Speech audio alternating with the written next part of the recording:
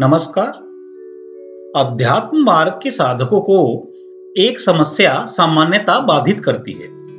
वह यह है कि भगवत गीता तो समझ आती है, भगवान का बताया मार्ग भी समझ आता है, परंतु इस भौतिक संसार का प्रभाव भी हमारे मन मस्तिष्क पर पड़ता है।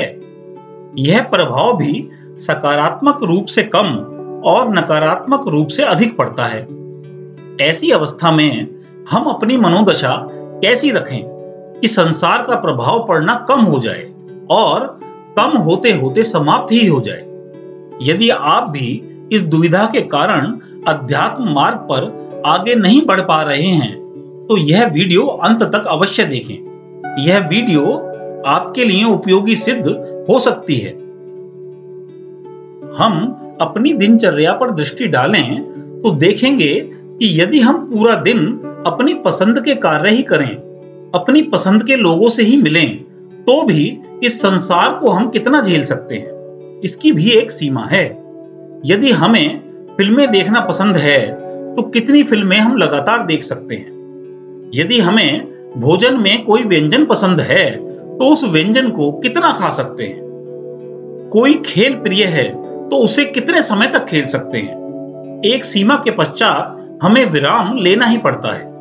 दिन भर के कार्य सारे रुचिकर हो, प्राय ऐसा नहीं होता है। दिन भर सभी कार्यों से थक कर हम सोना चाहते हैं, एक गहरी नींद लेना चाहते हैं, ताकि अगली सुबह हम शक्ति प्राप्त करके फिर से एक वैसे ही दिन के लिए तैयार रहें। आध्यात्मिक दृष्टिकोण से नींद वस्तुतः संसार से वियोग है। नींद में हमें स्मरण ही नहीं रहता कि हम कौन हैं, हमें क्या करना है। संसार से यह वियोग ही हमें प्राकृतिक रूप से पुनः शक्ति प्रदान करता है। हम इस ओर ध्यान दें कि यदि हम जागृत अवस्था में भी संसार से प्रभावित न हो तो कितने ऊर्जावान रह सकते हैं। लेकिन ऐसा कैसे हो सकता है? हम क्या करें कि यह संसार जो हमें प्रतिदिन नकारात्मक संदेश देता है, नकारात्मक ऊर्जा देता है, उससे बच पाएं।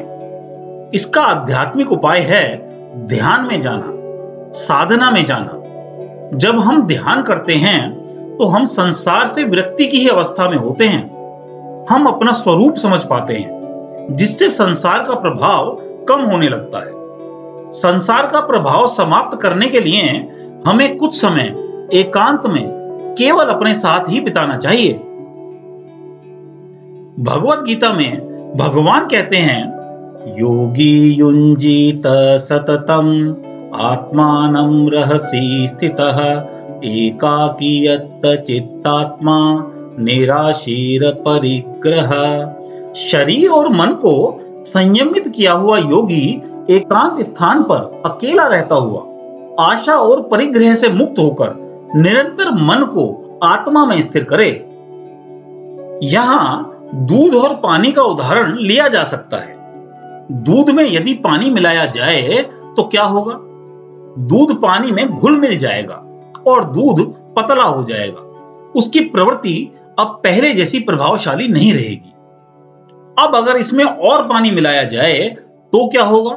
दूध और पतला हो जाएगा और प्रभावहीन हो जाएगा। अब एक दूसरी स्थिति लेते हैं कि दूध को पानी से बचाकर अलग रख दिया जाए तो कुछ समय पश्चात वह दही बन जाएगा। अब इस दही को मथा जाए तो उसमें से मक्खन निकल आएगा। अब इस मक्खन पर पानी का कोई प्रभाव नहीं पड़ सकता है।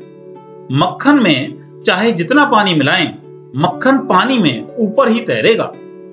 दूध हम ही हैं और पानी यह संसार। जब तक हम दूध रहेंगे तब तक पानी के मिलने पर हमारा प्रभाव कम ही होगा। दूध की इतनी क्षमता नहीं कि वह पानी के मिलने पर अपनी पहले वाली अवस्था में रह सके। हमारा वास्तविक स्वरूप परम आनंद की अवस्था में ही स्थित रहना है। हमारी आत्मा उस सद्चितानंद परमात्मा का ही अंश है, जो सदा प्रसन्नता में ही स्थित रहते हैं। जब हम संसार से अलग होकर ध्यान में, साधना में जाते हैं, तब जैसे दूध दही बन जाता है, वैसे ही हम भी अपनी पहले वाली अवस्था में नहीं रहते। ध्यान और साधना के बल से स्वयं को दही की भांति मथने से हमारा स्वरूप मक्खन जैसा हो जाता है। हमारे इस स्वरूप पर संसार अपना प्रभाव नहीं डाल सकता है।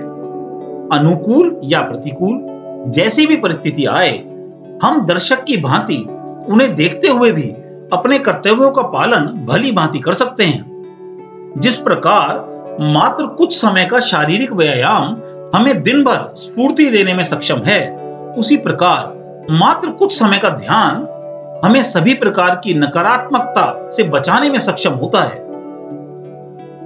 भगवत गीता में भगवान कहते हैं, प्रजहाति यदा कामान सर्वान् पार्थ मनोगतान् आत्मन्नेवात्मना तुष्टः स्थितः प्रज्ञस्तदुच्यते। हे प्रथानंदन, जिस काल में साधक मनोगत संपूर्ण कामनाओं का त्याग कर देता है और अपने आप में ही संतुष्ट रहता है, उस काल में वह स्थित प्रज्ञ कहा जाता है। जब हम ध्यान में जाते हैं तब हम सभी कामनाओं का त्याग करते हुए केवल स्वयं में ही स्थिर अवस्था में स्थित होते हैं। न कोई इच्छा, न कोई कामना, न कोई कल्पना। इससे हमारा मस्तिष्क और हृदय दोनों शांत अवस्था में सरलता से पहुंच जाते हैं। इस अभ्यास को निरंतर करने से हम पर संसार का प्रभाव कम होना आरंभ हो जाता है। प्रतिकूल परिस्थितियां तो जीवन में आएंगी, नकारात्मकता से सामना तो होगा, परंतु आप अनुभव करेंगे कि अब आप पहले जितना विचलित नहीं होते हैं। आप अपना स्वरूप जान जाते हैं और एक दृष्टा की भांति सभी घटनाओं के दर्शक मात्र हो जाते हैं। आप आज से ही कुछ समय अर्थात मात्र 10 से 15 मिनट का ध्यान करके ही इस कार्य का शुभारंभ कर सकते हैं। कुछ दिनों में ही आप अपने भीतर प्राण ऊर्जा का प्रवाह अनुभव कर सकते हैं। आप प्रतिदिन की दिनचर्या के कार्यों में भी मानसिक थकान या तनाव का अनुभव नहीं करेंगे। आप देखेंगे कि आपकी स्मरण शक्ति भी पहले से बढ़ गई है। इस विषय पर आपके प्रश्न सादर आमंत्रित हैं। आप कमेंट सेक्शन में अपने प्रश्न लिख सकते हैं। यथासंभव उत्तर देने का हमारा प्रयास रहेगा। आप इस विषय पर और वीडियो देखना चाहते हैं तो भी अपने सुझाव हमें निसंकोच लिखें। आपको यह वीडियो अच्छी लगी है तो लाइक, कमेंट व शेयर करें। आप हमारे चैनल पर पहली बार आए हैं तो चैनल सब्सक्राइब करके बेल आइकन अवश्य दबाएं। धन्यवाद।